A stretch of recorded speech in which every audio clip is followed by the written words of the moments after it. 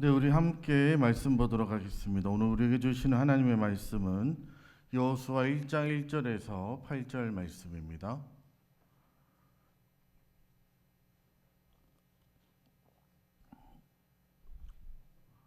여호수아 1장 1절에서 8절 말씀. 오늘 성경을 좀 가지고 계시면 좋을 것 같았습니다. 성경이 다 가지고 계시죠? 여호수아 1장 1절에서 8절 말씀 우리 한 절씩 교독하여 읽도록 하겠습니다. 여호와의 종 모세가 죽은 후에 여호와께서 모세의 수종자 눈의 아들 여호수아에게 말씀하여 이르시되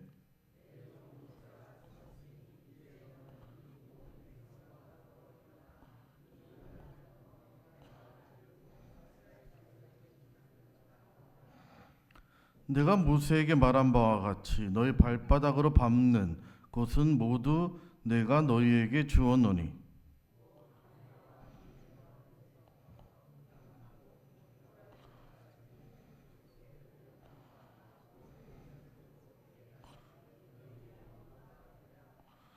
내 평생에 너를 능히 대적할 자가 없으리니 내가 모세와 함께 있었던 것 같이 너와 함께 있을 것임이니라. 내가 너를 떠나지 아니하며 버리지 아니하리니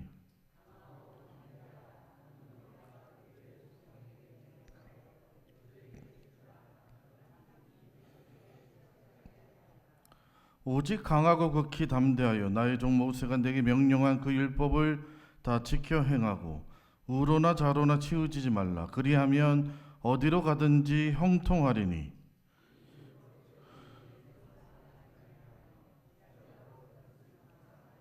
그 안에 기록된 대로 다 지켜 행하라. 그리하며 내 길이 평탄하게 될 것이며 내가 형통하리라. 아멘. 할렐루야. 할렐루야. 우리 옆에 분이라 이렇게 인사했으면 좋겠습니다. 벌써 수요일입니다. 네, 벌써 수요일이죠. 일주일이 금방입니다. 그죠? 성지순례 팀이 10박 10일인가요? 그죠? 10박 11일 맞나요? 벌써 3일 지났습니다. 금방 올 겁니다, 이분들.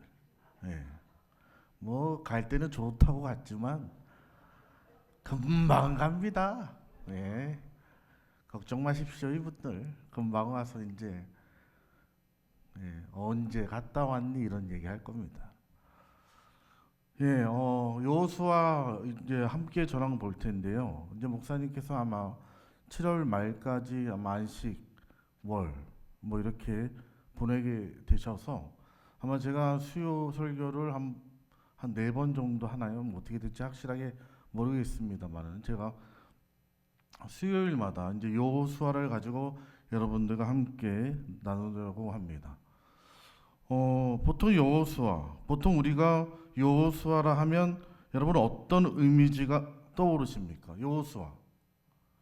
여러분 여호수아라고 하면 어떤 이미지가 떠오르시나요?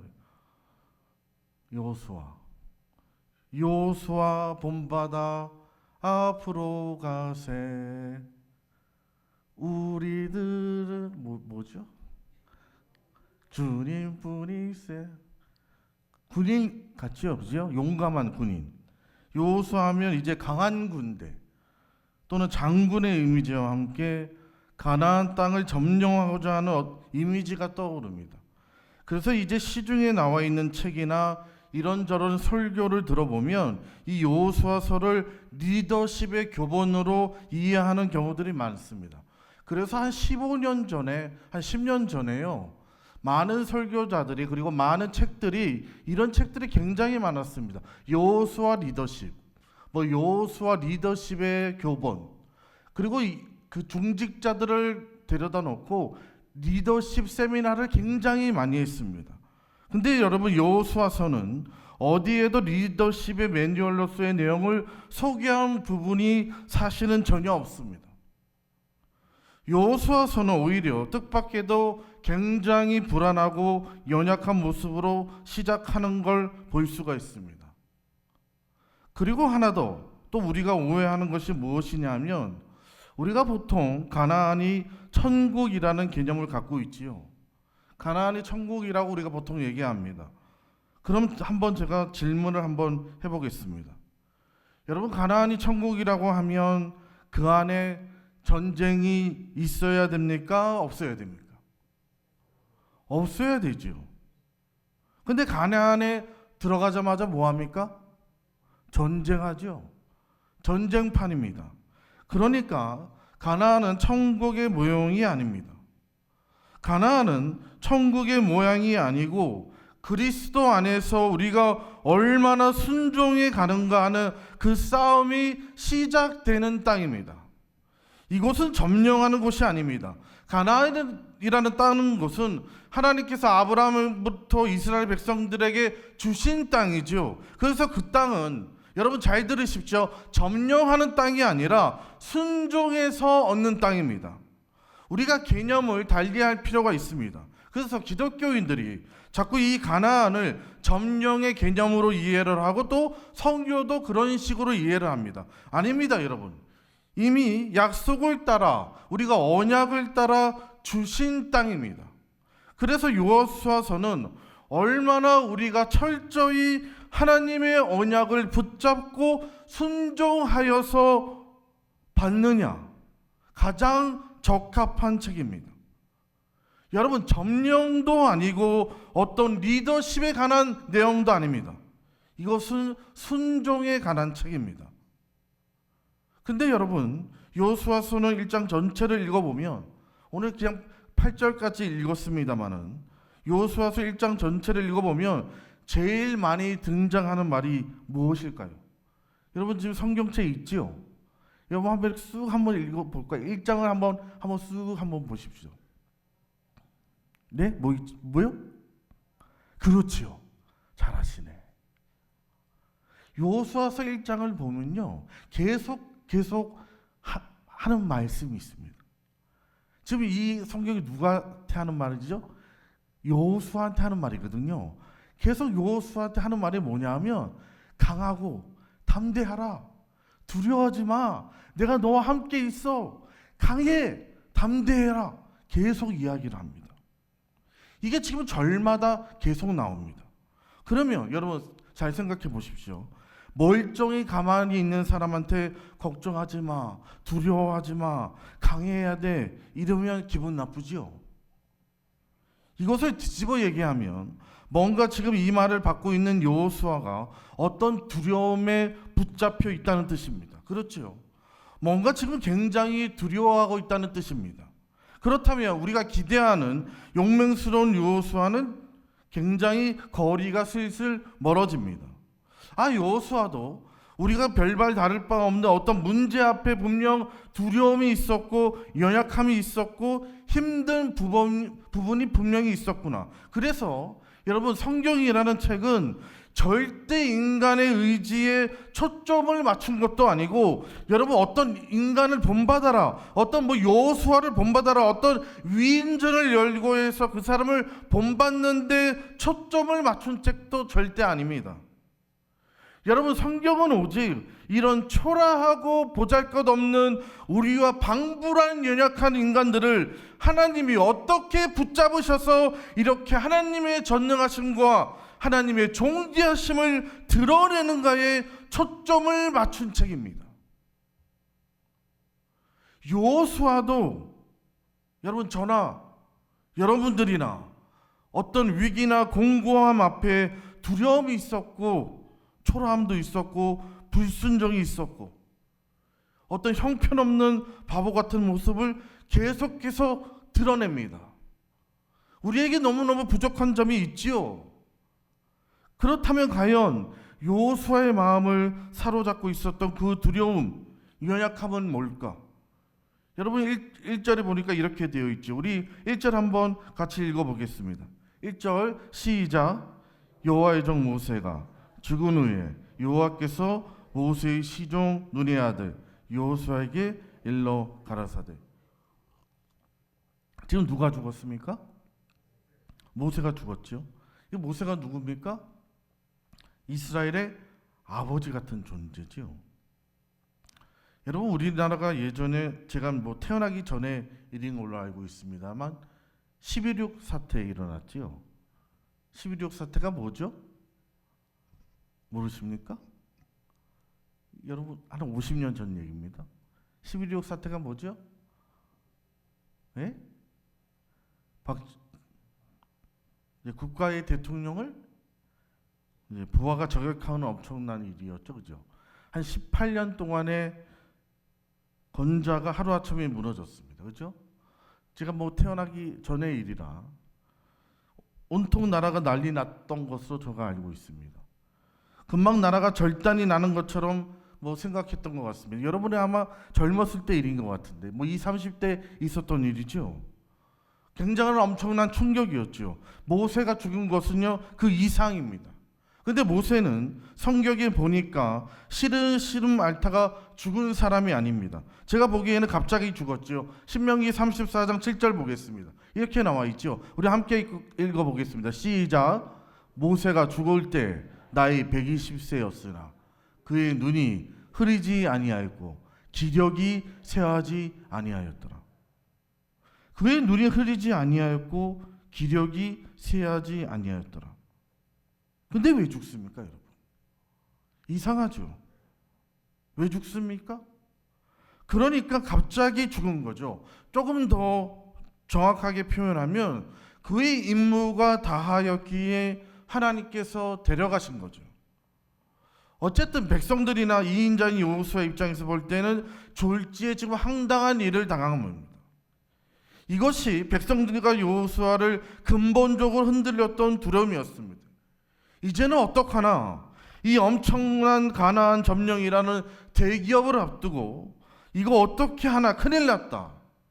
그리고 두 번째 이유는 지금 여호수아만큼 그 모세의 처절한 고통을 함께 했던 사람이 없습니다.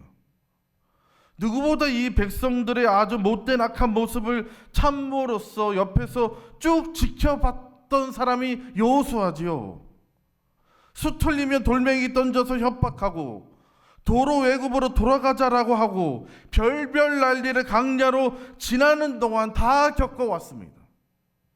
그걸 가장 가까운 거리에서 겪어서 왔던 사람이 여호수아였습니다. 모세가 얼마나 힘들었으면 하나님 앞에서 이런 원망을 다 터뜨립니까? 하나님, 내가 이 백성을 낳았습니까? 왜 나한테 맡기셔서 이 고생을 시키십니까? 나를 데려가 주십시오. 이것을 옆에서 지켜봤던 장본인이 바로 여호수아였지요. 그리고 그가 점령해야 할 땅은 가나안 7족속이 철병거를 포함해서 초롱처럼 강한 군대를 조직하여 기다리고 있는 땅입니다. 호락호락한 땅이 아니지요.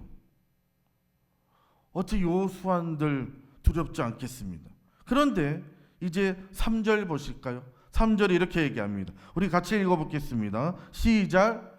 내가 모세에게 말한 바와 같이 너희 발바닥으로 밟는 곳은 모두 내가 너희에게 주었노니. 여러분, 이 3절 지금 시제를 잘 보십시오. 좀 헷갈리죠? 이렇게 나와 있죠.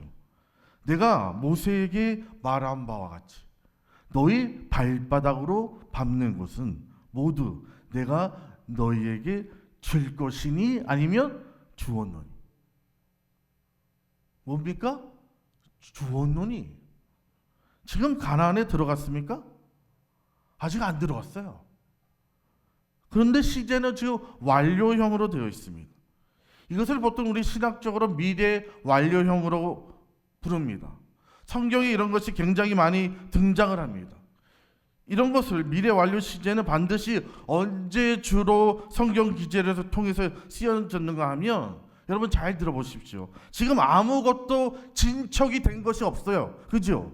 시작도 되지 않았어요. 시작도 되지 않았지만 하나님의 언약을 따라 된 것과 마찬가지도 아니고 된 것과 같을 때 미래 완료 시제를 씁니다. 이해가 되십니까? 한 번 더 얘기할까요? 하나님의 언약을 따라서 된 것과 같은 것도 아니고 된 것과 같을 때. 이해가 되십니까? 여러분, 이 땅은 아직 점령도 하지 않을 뿐만 아니라 아직 들어가지도 않았어요. 그런데 성경저자가 뭐라고 말합니까? 너희 발바닥으로 밟는 곳은 내가 너희에게 뭐라고요? 주었노니. 아직 시작도 안 했는데 근데 뭐라고 얘기합니까? 너에게 주었다. 나는 너에게 이미 줬어. 할렐루야. 그러면 여러분, 이것은 될 일입니까? 아니면 될 수도 있고 안 될 수도 있는 일입니까? 그래서 아까 뭐라고 얘기했지요? 어떻게 받는다? 순종으로 받는다. 그래서 여러분 기도할 때 여러분들이 붙들어야 하는 것은 나의 경험을 붙드는 것이 아니라 누구의 예언을 붙드는 것이 아니라 기록된 언약을 붙드는 것입니다. 여러분 기록된 언약을 붙드시기를 주님의 이름으로 축복합니다. 그래서 여러분 예수님께서 기도하실 때 그리고 사도 바울이 기도할 때 여러분 시편의 모든 기자들이 기도할 때 가장 많이 주창하고 부르짖었던 것이 뭡니까? 하나님의 약속된 말씀이었습니다. 그래서 여러분 젊은 시절부터 체계적으로 성경을 잘 읽어야 합니다. 그래서 우리가 기도할 때 하나님이 꼼짝 못하는 것이 언약을 주장하는 겁니다. 언약을 주장할 때 하나님 약속하신 거 아닙니까? 언약을 붙잡고 기도하는 겁니다. 하나님 나와 약속하신 거 아닙니까? 분명히 말씀하신 거 아닙니까? 모세에게 얘기했지만 이미 그 전부터 아브라함 때부터 말씀하셨어요. 아브라함이 롯을 구하러 저 소돔 땅에 가서 전쟁을 한바탕 하고 와서 어떤 보복의 두려움에 붙잡혀 있었거든요. 이것들이 다시 재공격을 해서 우리들을 덮치면 어떡하지? 이거 내일도 아닌데. 이런 두려움에 떨고 있을 때 하나님께서 아브라함을 데리고 나가시죠. 아브라함아, 저 하늘에 저 별 보이니? 네. 네 민족이 저렇게 될 것이다. 너 모래알 저거 보이지? 모래알 쓸 수 있니? 네 민족이 그렇게 될 것이다. 근데 그때 아브라함에게 정작 자식 하나 있었습니까? 없었지요. 아브라함이 너무 기가 막혀서 웃지요. 그래서 하나님께서 약속하시지요. 하나님께서 사인을 하나 보이시죠. 어떻게 합니까? 쪼갠 고기 사이로 횃불이 지나가게 하면서 마치 계약서에 도장 하나 찍는 것처럼 언약을 하나 찍어주시지 않습니까? 네 민족이 이와 같을 것이고 4대 만에 돌아와서 가나안 땅에 재진입할 것이다. 그래서 이것은 모세 이전에 아브라함에 하셨던 약속입니다. 그래서 하나님은 언제나 이 약속, 역사의 행위를 약속과 언약을 따라 진행해 가시는 것입니다. 한 군데 확인해 볼까요? 출애굽기 3장 7절 보시기 바랍니다. 이제 잘 보십시오, 여러분. 하나님께서 어떻게 역사하시는지 잘 보십시오. 이제 눈으로 잘 보세요. 안 따라야 해도 되죠. 여호와께서 이르시되 내가 애굽에 있는 내 백성의 고통을 분명히 보고 그들의 감독자로 말미암아 부르짖음을 듣고 그 근심을 알고 이렇게 얘기하고 있습니다. 지금 뭐라고 되어 있습니까? 내 백성의 고통을 분명히 내가 봤어. 두 번째는 그 부르짖음을 들었어. 그 근심을 내가 알고 있어. 하나님의 애굽 땅에서 400년과 그 고통의 부르짖음에 아파하는 민족의 슬픔과 눈물을 보았다고 지금 말씀하고 있습니다. 그런데 지금 하나님께서 그대로 왜 방치하셨을까? 왜 이제서야 이들을 꺼낼 생각을 하셨을까? 출애굽기 2장 23절 넘어갑니다. 이렇게 나와 있습니다. 여러분 잘 보십시오. 여러 해 후에 애굽 왕은 죽었고 이스라엘 자손은 고된 노동으로 말미암아 탄식하며 부르짖으니 그 고된 노동으로 말미암아 부르짖는 소리가 하나님께 상달된지라. 여러분 여기서 오해할 수 있습니다. 우리가 얼핏 보면 그들이 부르짖었기 때문에 그들이 기도했기 때문에 그 기도가 상달되어서 하나님이 드디어 이들의 고통을 보고 듣고 알고 그들의 기도를 듣고 꺼내 주시는 것처럼 이해할 수가 있습니다. 24절 넘어가면 잘 보세요. 그런데 다음 24절에 이렇게 나와 있습니다. 하나님이 그들의 고통 소리를 들으시고 하나님이 아브라함과 이삭과 야곱에게 세운 그의 뭘 기억하사? 언약을 기억하사. 이해가 되십니까? 언약을 기억하사. 하나님은 하나님의 자신을 걸고 백성에게 약속한 약속을 따라 역사를 행해 가시는 겁니다. 그러니까 여러분들은 뭘 붙잡아야 돼요? 언약을 붙잡아야 되는 겁니다. 경험을 붙잡는 게 아닙니다, 여러분. 개인적인 무슨 한상을 붙잡는 게 아니에요. 누구의 쓸데없는 예언을 붙잡는 게 아닙니다. 뭐 예언은 완전히 성경 60권에 끝났어요. 어디 가서 이상한 얘기 듣고 오지 마십시오.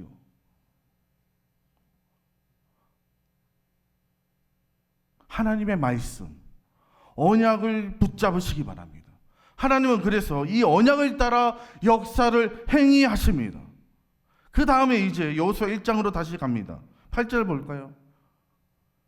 이 율법책을 내 입에서 떠나지 말게 하며 주야로 그것을 묵상하여. 여기 묵상이라고 나와 있죠. 잘 보십시오. 이 율법책을 내 입에서 떠나지 말게 하며 주야로 그것을 묵상하여 이렇게 나와 있습니다. 이 묵상이라는 말이 굉장히 중요합니다. 시편 150편 전체를 여는 제일 중요한 게 묵상입니다. 시편 1편 1절 2편에 뭐라고 되어 있죠? 오직 여호와의 율법을 즐거워하여 그렇지요. 주야로 묵상하는 자로다. 이렇게 되어 있죠.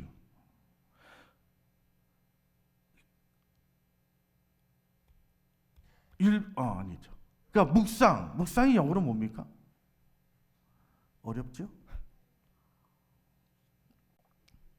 이수표 권사님? 뭐 영어 잘한다고 맨날. 뭐예요? 모르죠? 예. 근데 meditate입니다. He meditated day and night. 주야로 묵상하는 자. meditate. 근데 여러분, 이 말을 다시 한국말로 바꾸면 명상이라고 그럽니다. 명상. 잘 들으십시오. 명상이 사실 정확한 번역은 명상입니다. 그러니까 그런 명상이 묵상입니까, 여러분? 아니지요. 히브리 말의 묵상이라는 뜻은 그런 의미가 전혀 아닙니다. 저도 명상하는데 쫓아가 봤어요. 제가 대전에 있을 때 이 청년 두 놈이 명상하는 데 가 있다 그래서 제가 이 대전 대둔산 가보셨습니까? 거기에 두 명이 있다고 해서 그 인간들 잡으러 간다고 제가 가봤습니다. 두 명이 거기 앉아 있어. 이것들을 내가 그래서 그 명상 가르치는 사람한테 제가 물어봤어요. 명상이 뭔가요? 했더니 저보고 눈을 가보래. 그래서 눈을 가봤더니 뭐 둥근 달이 떠오르지요. 이런 그 가면 뭐가 떠오르지 그러면 이 달이 떠오르지 그러면 아유 그래 그냥 내려왔는데 말 그대로 아마 그것은 명상일 겁니다. 그러니까 명상은 묵상이랑 다르죠.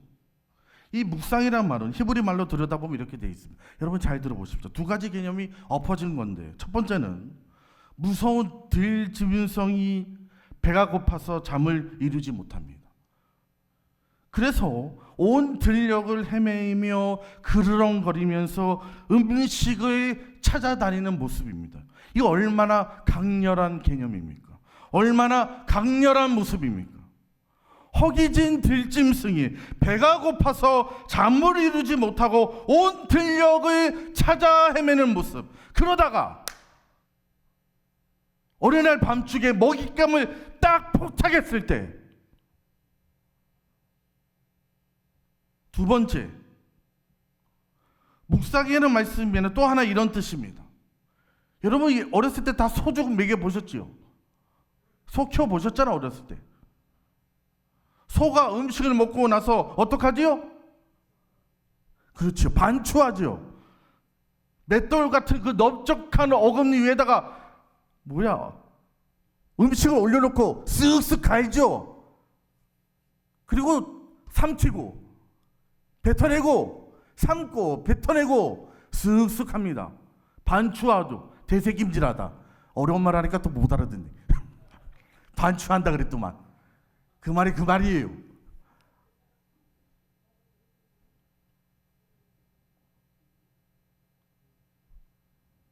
이 두 개의 개념을 합한 것을 묵상이라고 합니다. 이해가 되십니까? 무서운 들짐승이 너무너무 배가 고파서 잠을 모르어서 으르렁거리면서 돌아다녀요. 그때 먹잇감을 딱 찾아서 잡았어. 그 먹이를 먹었는데 먹고 되새김질하고 먹고 되새김질하고 먹고 되새김질하고. 그게 묵상이라는 거예요. 그러니까 우리가 하나님의 말씀을 묵상한다는 거예요. 그러니까 눈 감고 이런 게 묵상이 아니라는 거예요. 얼마나 하나님의 말씀에 강하고 목마른 상태인가를 강렬하게 얘기하는 표현입니다. 이 묵상이라는 것이. 이해가 되십니까? 그게 묵상이에요. 이 묵상이란 말은 그렇게 말씀에 대해서 강렬한 내적인 상태를 표현한 단어입니다. 그런데 오늘 성경에 보니까 8절에 다시 보여줄까요? 주야로 그것을 8절 그것을 주야로 묵상하여 그 안에 기록된 대로 다 지켜 행하라. 그리하면 내 길이 평탄하게 될 것이며 네가 어떻게 되리라? 형통하리라. 아멘. 여러분 형통 좋아하시잖아요. 형통하시길 주님의 이름으로 축복합니다. 여러분 그런데 이제 아멘 하셨는데 성경은 뜻밖에도 형통이라는 한글말로 표현을 했으나 이게 전혀 다른 단어로 썼습니다. 볼까요? 예를 들어서 창세기에 보면 요셉이 감옥에 들어갑니다. 그죠? 또 요셉이 보디발의 집에 종으로 팔려가지요. 그때마다 찬송과 후렴처럼 따라붙는 단어가 뭐라고 그러죠? 하나님이 그와 함께 하심으로 형통하였더라. 그죠? 감옥에 가는데 하나님이 그와 함께 하심으로 형통하였더라. 보디발의 종으로 팔려가는데 하나님의 함께 하심으로 형통하였더라. 여러분 그래도 형통하시겠습니까? 감옥에 가는데도 형통한다는데 그래도 형통하시겠냐고. 대답 안 하잖아. 안 해. 그건 싫거든. 그건 싫어. 남의 집에 종살이하는 형통은 싫어 나는. 그죠? 나도 싫어요. 나도 싫어. 그런데 거기에 쓴 형통이란 단어는 히브리 말로 찰라흐입니다. 찰라흐. 그 우리가 좋아하는 그 형통은 샬라흐입니다. 잘 들으십시오.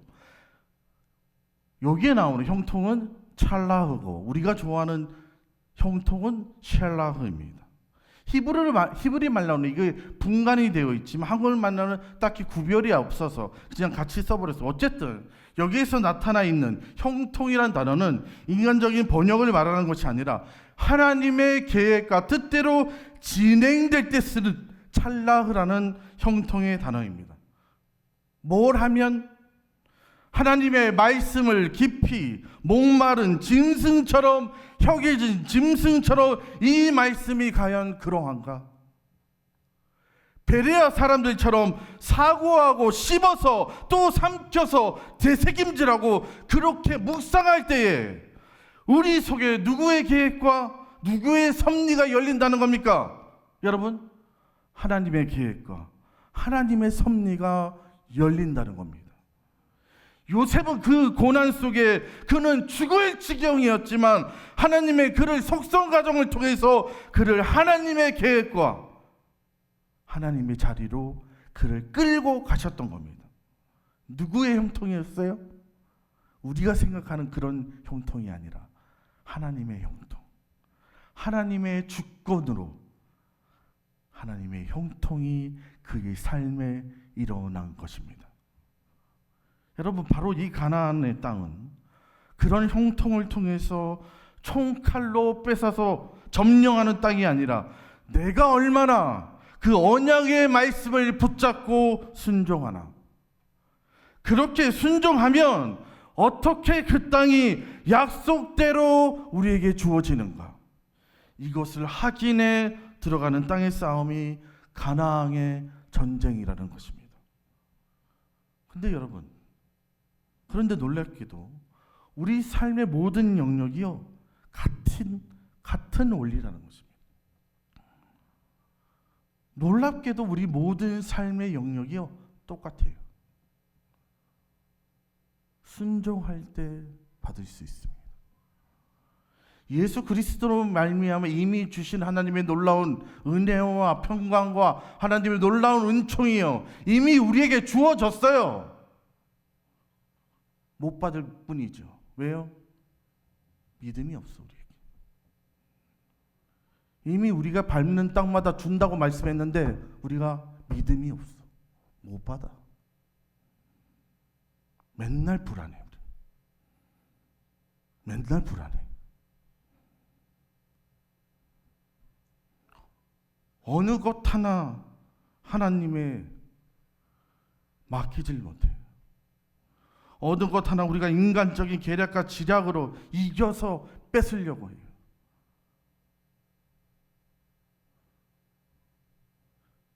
어느 것 하나 우리의 인간적인 계략과 지략으로 이겨서 뺏을 땅이 없습니다. 이 땅은 명심하십시오. 이 땅은 이미 하나님의 백성들이 얼만큼 하나님의 언약을 붙들고 끝까지 순종할 때 하나님께서 그 땅에 하나님의 섭리를 형통으로 드러내신다고 우리에게 말씀하고 있습니다. 사랑하는 성도 여러분, 그 찰나의 형통을 여러분의 형통으로 붙잡는 복된 소망의 삶이 되기를 주님의 이름으로 축복합니다. 이미 주님께서 우리에게 주셨다고 말씀하고 있습니다. 믿음으로 그 모든 것을 받는 우리 행성교회 성도 여러분들 되시기를 주님의 이름으로 축복합니다. 우리 다 같이 일어나서 함께 찬양합시다. 우리가 할 수 있는 건 없고 주님께서 일하셔야 되는데 이 시간 함께 찬양함으로 주님 앞에 나가도록 하겠습니다.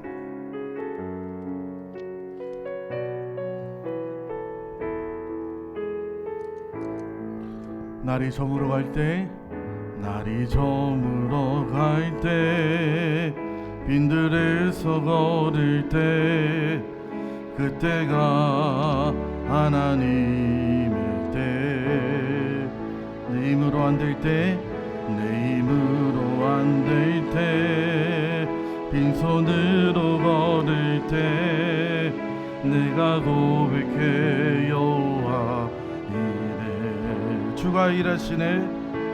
주가 일하시네. 주가 일하시네. 주께 아끼지 않는 자에게 주가 일하시네.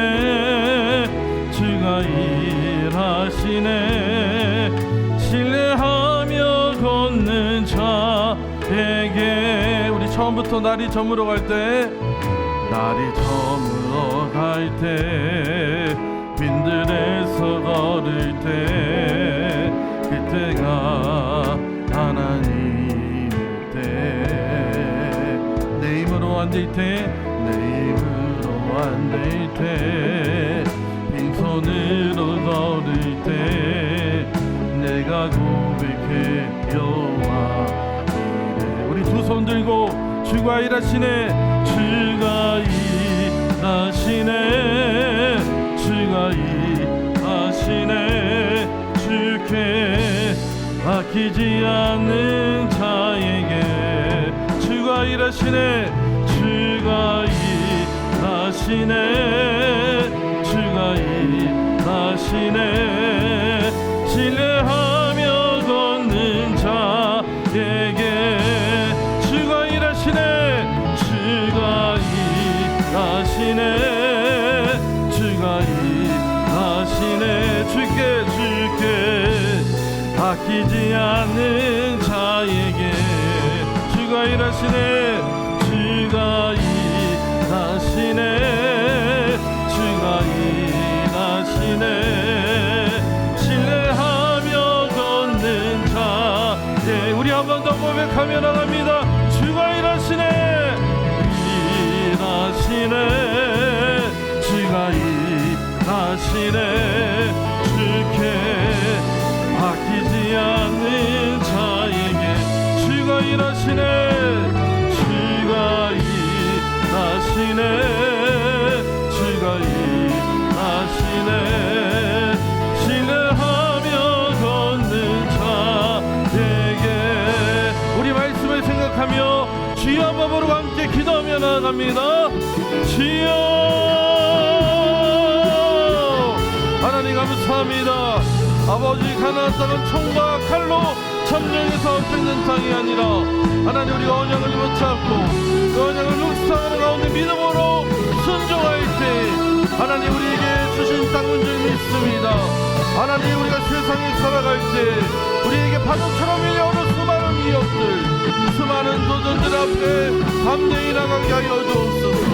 두려워하지 말고 나가게 하여 주시고 주님의 언약을 붙잡고 나가게 하여 주시고 예수만이 복음이 되게 하여 주옵소서.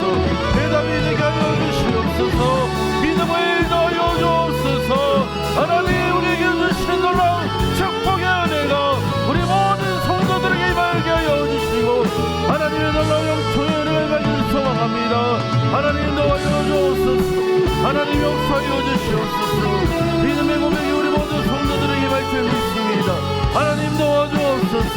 하나님 언약의 말씀을 붙잡고 기도하며 나갈 수 있는 우리 모든 성도들 되길 원하오니 하나님 도와주시옵소서. 주여 하나님 역사하여 주옵소서. 하나님 도와주옵소서. 주여 하나님 역사하여 주시고 아버지의 은혜를 베풀어 주시옵소서. 긍휼을 베풀어 주옵소서. 하나님 도와주옵소서. 하나님 역사하여 주시옵소서. 우리 모든 아버지 성도들이 하나님이 주시는 대로 살게 하여 주시고 하나님의 은총과 은혜를 베푸시고 하나님 도와주옵소서. 믿음의 고백이 나타나게 하여 주시고 하나님 주여 은혜로 아주 승리하며 나갈 수 있는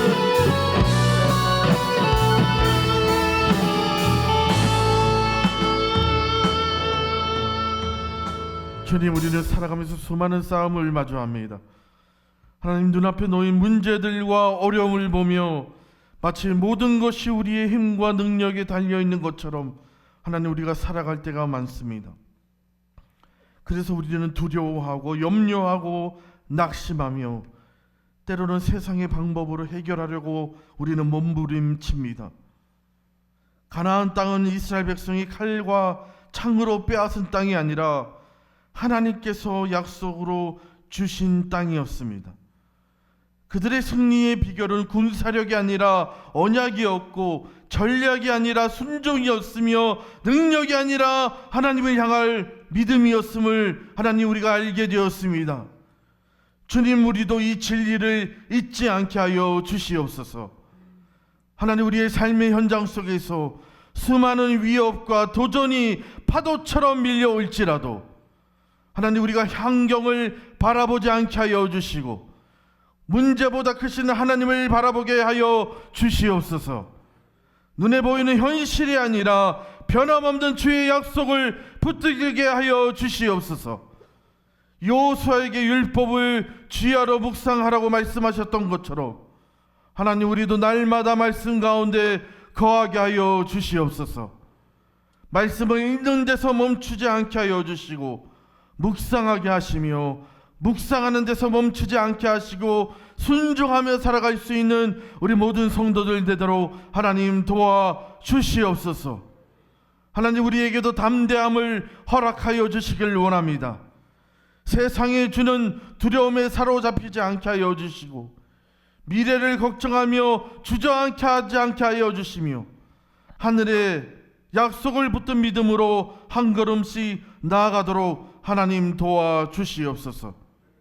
특별히 우리 교회의 모든 성도들의 가정 위에 은혜를 베풀어 주시고 질병으로 기도하는 성도들에게 치유를 허락하여 주시며 경제적인 어려움과 관계의 문제가 있는 이들에게도 길을 열어 주시옵소서.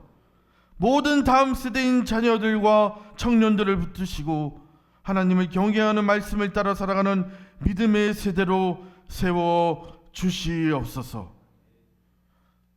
이제는 우리 주 예수 그리스도의 크신 은혜와 하나님 아버지의 무한하신 사랑하심과 성령님의 교통하시고 위로하시며 동행하시는 역사가 가나안을 향해 나아간 우리 여호수아처럼 하나님의 언약을 붙들고 두려움보다 믿음을 선택하며 전쟁보다 순종의 길을 걷기를 결단하는 우리 모든 성도들을 위해, 그들의 가정과 자녀들을 위해, 생업과 일터 위해, 그리고 우리 교회 위해 지금부터 영원토록 함께 있을지어다.